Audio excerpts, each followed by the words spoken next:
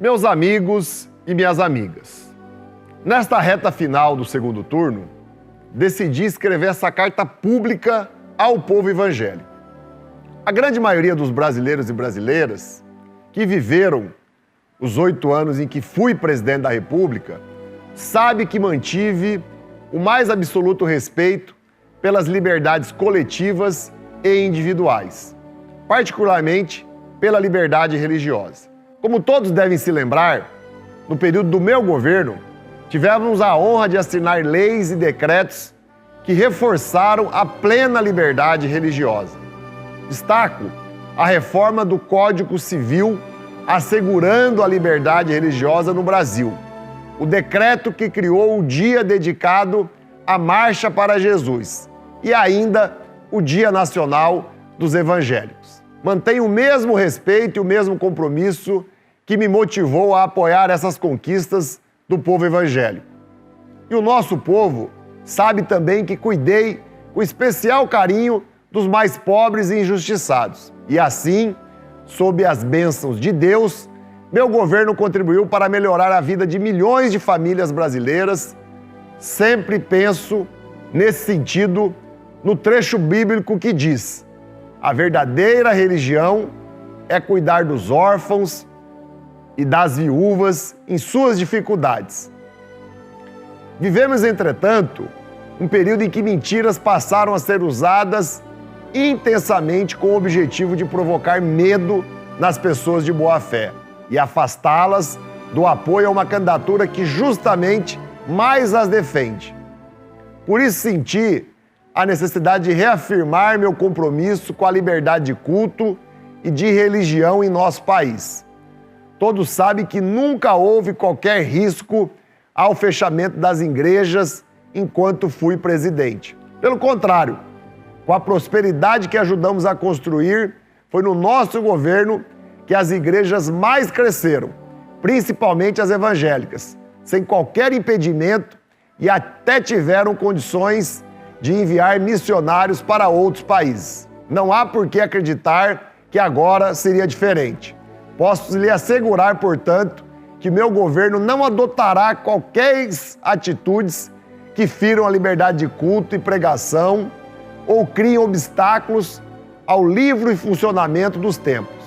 Envio-lhes esta mensagem, portanto, em respeito à verdade e ao apreço que tenho a esse povo crente no verdadeiro Deus da misericórdia e seus dedicados pastores e pastoras. Se Deus e o povo brasileiro permitirem que eu seja eleito, além de manter esses direitos, vou estimular sempre mais a parceria com as igrejas no cuidado com a vida das pessoas e das famílias brasileiras.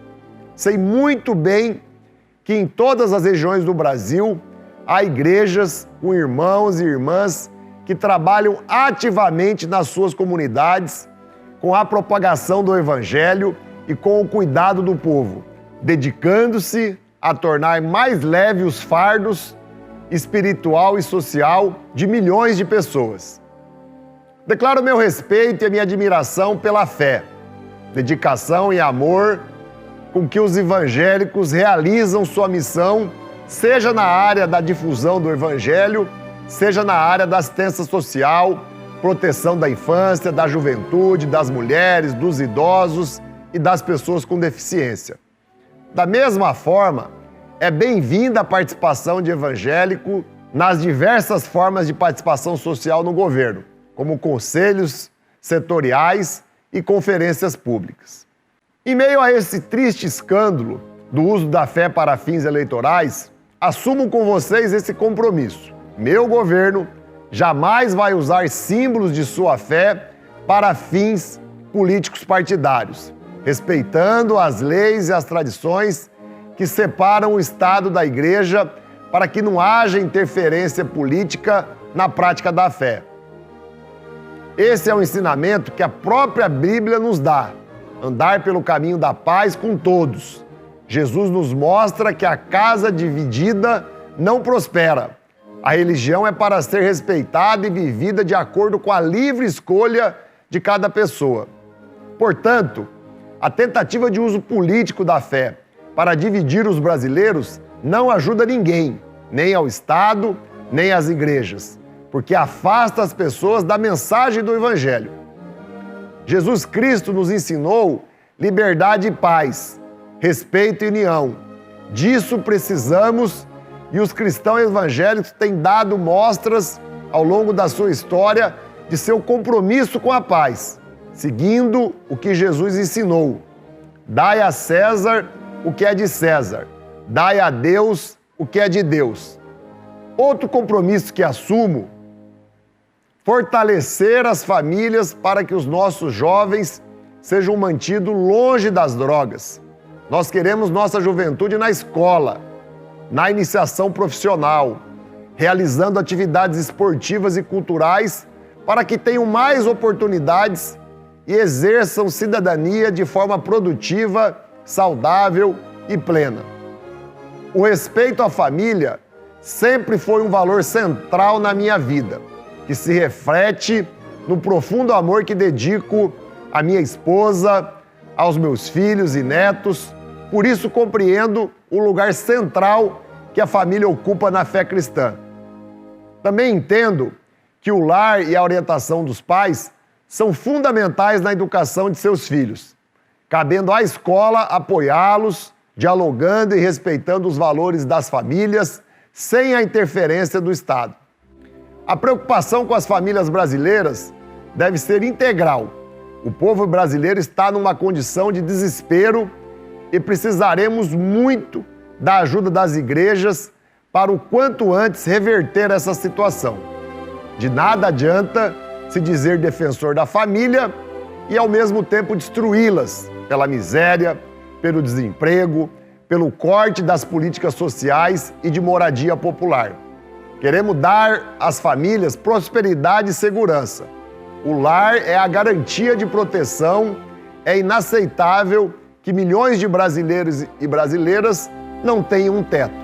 Por isso, vamos retomar o vitorioso programa Minha Casa Minha Vida, com toda a intensidade para que todas as famílias brasileiras tenham uma casa onde possam viver com segurança e dignidade. Nosso governo implementará políticas públicas consistentes para que nenhuma família brasileira enfrente o flagelo da fome. Sobretudo, não pouparei esforços para que possam adquirir os necessários e suficientes meios para sobreviver dignamente por seu trabalho, sem ter que depender da ajuda do Estado. Nosso projeto de governo tem compromisso com a vida plena em todas as suas fases. Para mim, a vida é sagrada, obra das mãos do Criador, e meu compromisso sempre foi e sempre será com sua proteção. Sou pessoalmente contra o aborto e lembro a todos e todas que este não é um tema a ser decidido pelo presidente da República, e sim pelo Congresso Nacional. Meus queridos e minhas queridas, peço que recebam essas palavras como uma demonstração de meu desejo sincero de servir, de ajudar e trabalhar pelo bem do nosso país. E estejam certos de minha estima e meu compromisso com todo o povo cristão de nosso país. Reitero meu compromisso, que é o mesmo de vocês: paz, união e fraternidade entre todos os brasileiros e brasileiras. Com as bênçãos de Deus, haveremos de honrar nossa dupla condição de cidadãos e cristãos, pois não há contradição entre elas, quando o propósito é servir buscando a paz e o entendimento.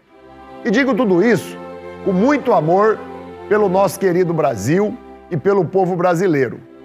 Nisto conhecerão todos que sois meus discípulos, se tiverdes amor uns pelos outros. Juntos pelo Brasil. Luiz Inácio Lula da Silva, São Paulo, 19 de outubro de 2022.